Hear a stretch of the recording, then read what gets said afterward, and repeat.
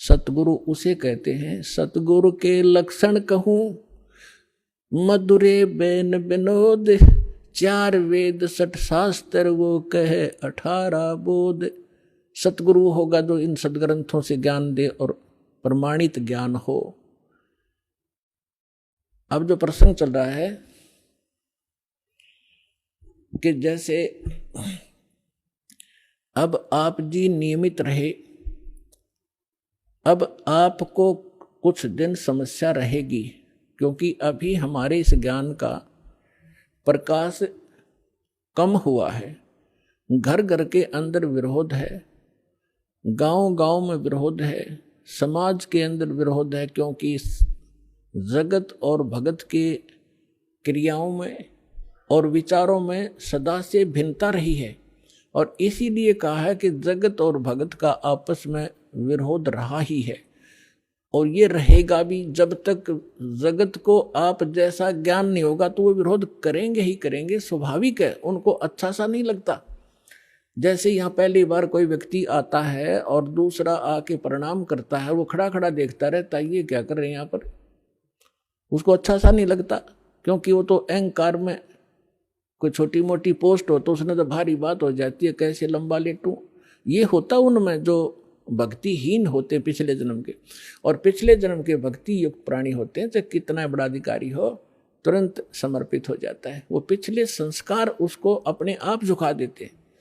उदाहरण के लिए जैसे सरसों आपने देखा होगा, सरसों जब तक उसकी फलियों में दाने नहीं होते, यानी उसकी कीमती नहीं होती, तब तक वो ऐसे खड़ी रहती है।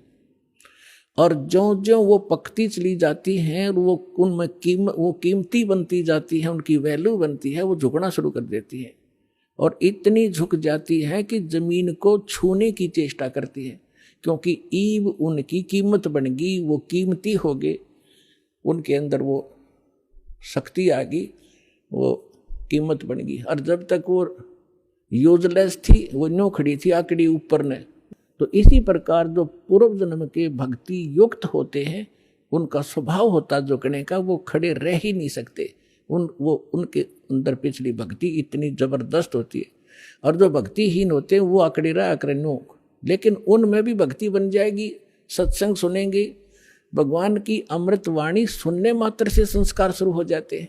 चाहे वो घर पर सुन रहा है मालिक दास के वचन, किसी टीवी पे, या अपने किसी इस सिम के अंदर, या इस चिप के अंदर से जो सत्संग सुनते हैं, वो भी संस्कार भरने शुरू हो जाते हैं उसमें वजन बनना शुरू हो जाता है।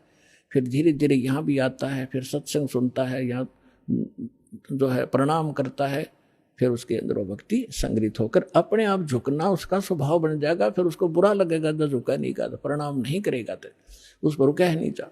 तो जो प्रसंग चल रहा है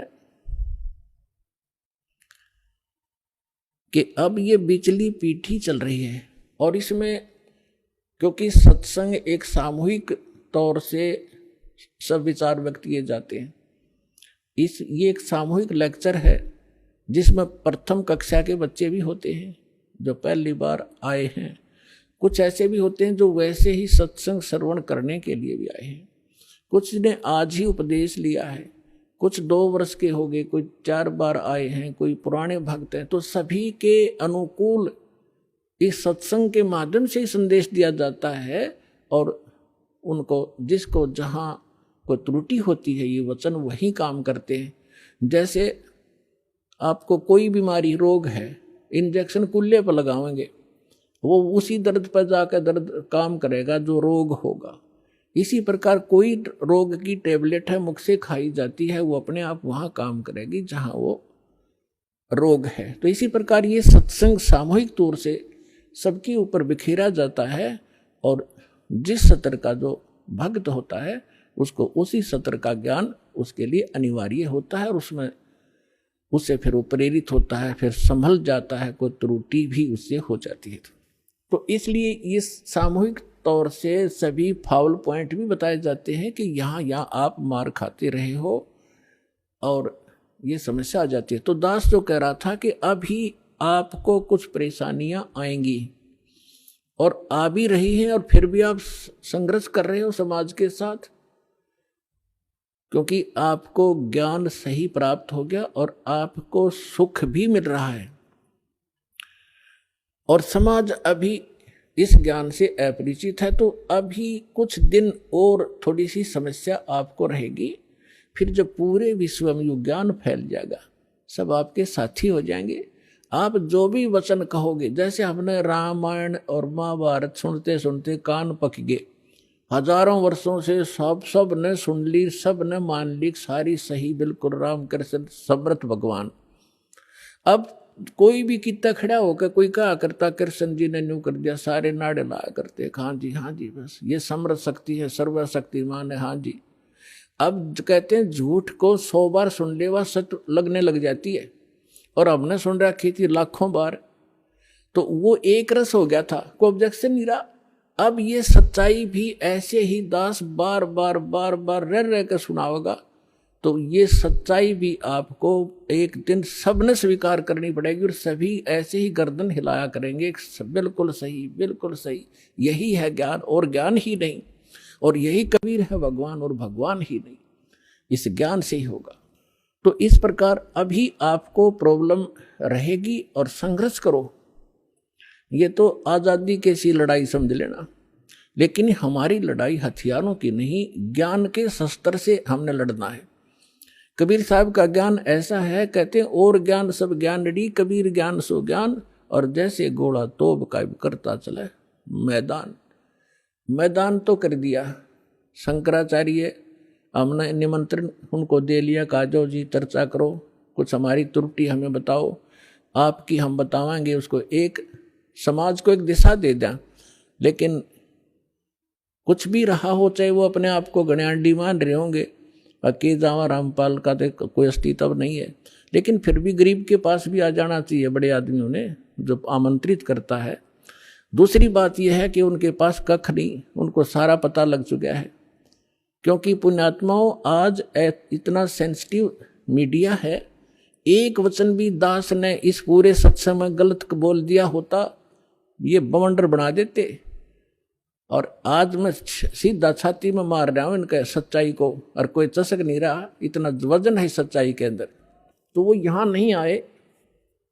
दुर्भाग्य था हमारा, बहुत इंतजार की उनकी, लेकिन परमात्मा ने दया करी, इस साधना चैनल वाले पर न्यारी रजा कर दी दाता ने।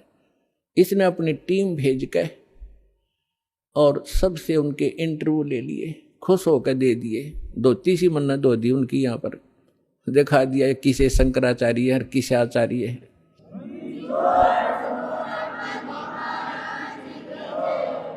तो पुण्यात्माओं, कहने का भाव यह है कि जब तक ये पूरे विश्व में एक रस नहीं होगा, तब तक थोड़ा सा विरोध बना रहेगा, और उसमें आपने घना सावधान रहना पड़ेगा कि आपका नाम खंडित ना हो। वैल्यू है, कहते हैं परमात्मा कहते हैं, जैसे माता गर्भ को रखे यतन बनाए, और ठेस लगे तो छन हो तेरी, ऐसे भक्ति जाए। अब भक्ति का मिलना यह बड़ी कठिन, और मिलने के बाद फिर वो उसको सुरक्षित रखना, वो एक बहुत बड़ी बात है। जब तक परिपक्व नहीं हुई तो फिर फायदा क्या उसका। तो इतना सावधानी आपने बरतनी पड़ेगी, जैसे कोई माता बच्चे को गर्भ में आते ही वो कितनी सतर्क हो जाती है, खान पीन में संयम बरतती है, पैर ऊंचा नीचा ना टिक जा कि बच्चे का झटका लग जा, रात को करवट ले भी गलती से ले लेती है तो तुरंत सतर्क होती है, और कहीं मेरे बच्चे का दाब ना लगी हो और खराब ना हो जाए मेरा गर्भ, वो कितनी चिंतित रहती है। तो आप जी ने इस भक्ति का जो लाल है, इतनी सावधानी से परिपक्व करना पड़ेगा, तब आपको सफलता होगी। आप सुन रहे थे जगत गुरु तत्वदर्शी संत रामपाल जी महाराज जी के मंगल प्रवचन। अधिक जानकारी के लिए विजिट कीजिए हमारी वेबसाइट www.jagatgururampalji.org। संत रामपाल जी महाराज जी के शुभ आशीर्वाद से पूरे विश्व भर में 500 से भी ज्यादा नाम दीक्षा केंद्र हैं, जिन पर संत रामपाल जी महाराज जी द्वारा ऑनलाइन निशुल्क नाम दीक्षा दी जा रही है। अपने नजदीकी नाम दीक्षा केंद्र का पता करने के लिए संपर्क करें 8222880541।